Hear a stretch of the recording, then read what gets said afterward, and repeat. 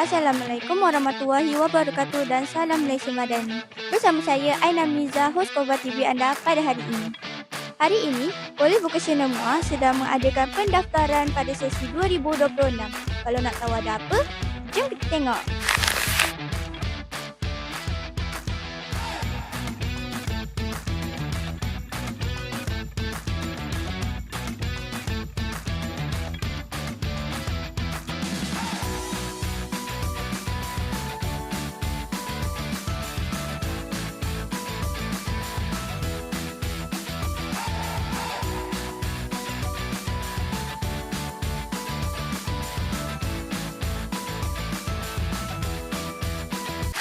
Hai, Assalamualaikum. Kembali lagi bersama saya Aina Miza. Sekarang ini saya bersama seorang pesyarah Kolej Vocasional MUA.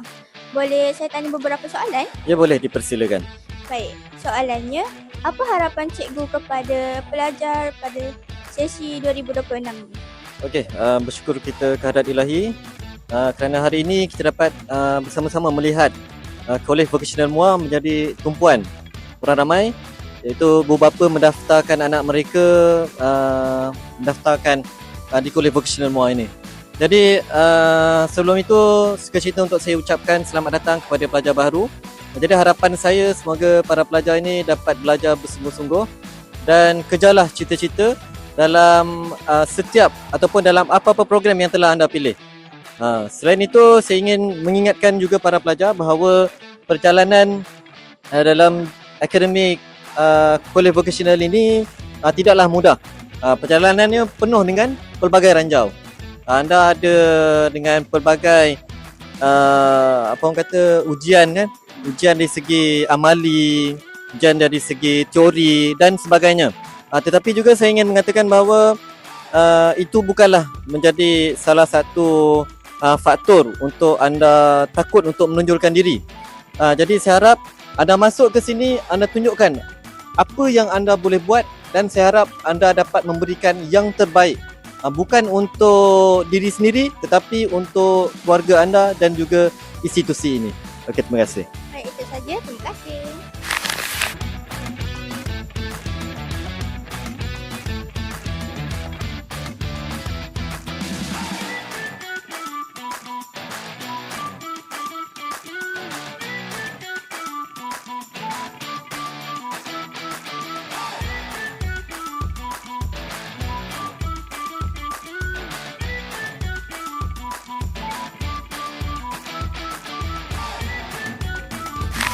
Hai, Assalamualaikum. Kembali lagi bersama saya Aina Miza.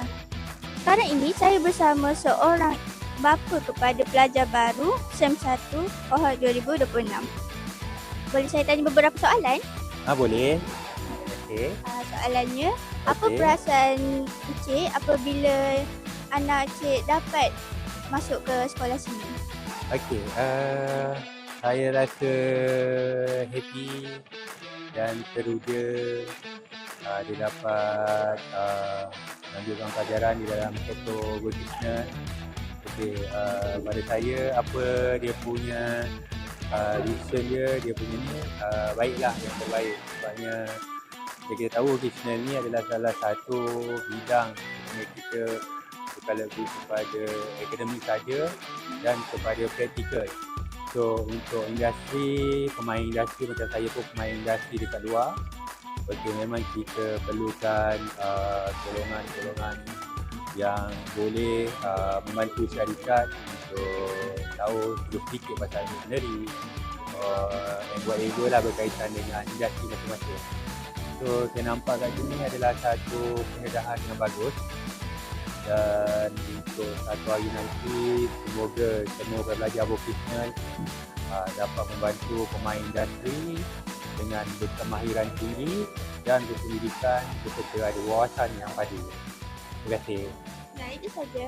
Okey. Terima kasih.